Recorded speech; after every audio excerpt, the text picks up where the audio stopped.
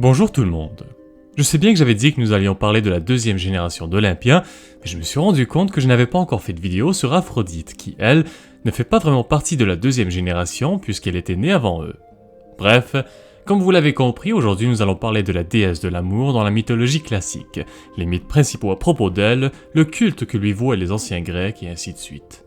Aphrodite était donc la déesse associée non seulement à l'amour, mais également à la beauté, le plaisir et la procréation.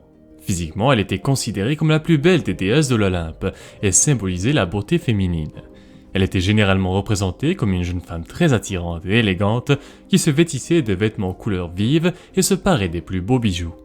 En tant que l'une des déesses les plus belles de la mythologie grecque, en plus de sa place parmi les 12 Olympiens, Aphrodite occupait une place à part entière dans les croyances populaires de la Grèce antique. On lui attribuait plusieurs symboles, comme par exemple le coquillage, le miroir ou bien encore une colombe.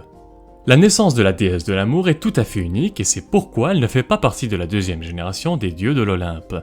La version la plus connue et populaire qui tente d'expliquer sa naissance nous vient de la Théogonie d'Hésiode, où il nous raconte qu'elle a été créée à partir de l'écume des eaux cristallines de Paphos sur l'île de Chypre, lorsque le titan Cronos avait castré son père Ouranos avant de jeter ses organes génitaux dans la mer. Le mélange entre l'essence d'Ouranos avec la mer avait créé Aphrodite. Il existe cependant une autre version qui nous vient de l'Iliade d'Homère où selon lui la déesse était la fille de Zeus et de Dione, ce qui ferait d'elle une déesse de la deuxième génération d'Olympiens. Mais quelles que soient les différentes sources, elle est toujours représentée sous sa forme adulte comme une femme infiniment désirable et gracieuse. Elle est également toujours considérée comme faisant partie des dieux olympiens, et ce malgré les différences entre les versions de sa naissance. Aphrodite était mariée au dieu forgeron Héphaïstos, et la raison pourquoi la plus belle des déesses de l'Olympe était mariée au dieu le plus laid était une question d'équilibre. En raison de sa grande beauté et de son désir incontrôlable, elle était considérée comme une menace pour la paix entre les dieux à cause de la jalousie qu'elle pouvait créer entre eux. C'est pour cette raison que Zeus l'avait mariée à Héphaïstos. Pour lui, ce mariage était une solution idéale pour empêcher les querelles entre les autres dieux. Mais cette solution n'avait pas empêché Aphrodite d'avoir d'autres aventures plus tard. Le cœur de la déesse était en réalité tourné vers Arès, le dieu de la guerre, avec qui Aphrodite avait une histoire d'amour passionnée mais secrète. C'est avec lui qu'elle a eu plusieurs enfants très connus dans la mythologie grecque, comme par exemple Eros, Himéros, Déimos ou encore Harmonia.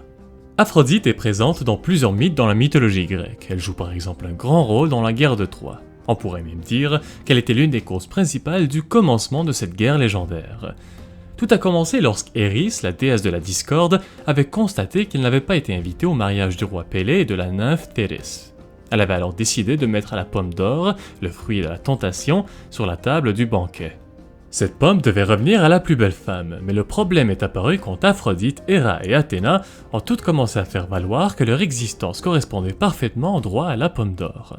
Mais Zeus ne pouvait pas les départager car toutes les trois lui étaient très chères et donc il avait passé la décision à un jeune mortel appelé Paris. Héra et Athéna ont fait de leur mieux pour soudoyer Paris en lui offrant la puissance et la gloire. Aphrodite quant à elle séduit le jeune homme en lui offrant la plus belle femme du monde, Hélène de Sparte.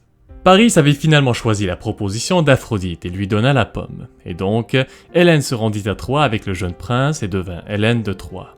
Et c'est ainsi que la guerre légendaire avait été déclenchée par la déesse de l'amour. Aphrodite avait alors naturellement soutenu Paris durant la guerre et avait même convaincu son amant Arès de se ranger avec elle et les Troyens durant le conflit.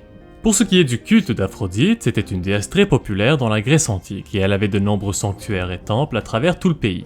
Le culte de la déesse était particulièrement répandu à Chypre, où elle était vénérée et des rituels et prières privées lui étaient dédiés régulièrement. Après tout, c'est là, à 25 km à l'est de l'île, que se trouve le berceau mythique de la déesse, l'endroit même où, selon les légendes, elle serait née. C'est là que se trouve le Petra Toromiou, aussi connu sous le nom de rocher d'Aphrodite. Elle avait aussi plusieurs festivals qui lui étaient dédiés. Par exemple, l'Aphrodisia était une fête du printemps en l'honneur de la déesse, célébrée principalement sur l'île de Chypre. Généralement, le festival durait 3 jours entiers et des milliers de personnes non seulement de Chypre mais aussi d'ailleurs se réunissaient pour célébrer. Les participants se livraient alors à plusieurs célébrations qui incluaient de la danse et des jeux athlétiques ainsi que des rituels. Par exemple, le premier rituel de la fête était de purifier le temple de la déesse avec le sang d'une colombe, l'oiseau sacré d'Aphrodite. Comme la plupart des Olympiens, Aphrodite occupe elle aussi une place unique dans la culture populaire. Dans la littérature, par exemple, elle a souvent été l'inspiration pour plusieurs œuvres, comme par exemple Venus and Aphrodite de l'historienne et écrivaine britannique Bethany Hughes, ou encore la série populaire de l'auteur Rick Riordan, Percy Jackson et les Olympiens. Elle apparaît aussi brièvement dans la série Sang de Zeus, et il existe même un groupe de rock grec qui porte le nom d'Aphrodite's Child. Alors voilà, ceci conclut la vidéo d'aujourd'hui à propos d'Aphrodite. Merci de l'avoir visionnée et j'espère qu'elle vous a plu. Si c'est le cas et que vous souhaiteriez voir plus de contenu similaire, vous pouvez laisser un commentaire et vous abonner à la chaîne. Sur ce, merci encore à tous ceux et celles qui me suivent depuis le début, et je vous dis à bientôt pour une nouvelle vidéo.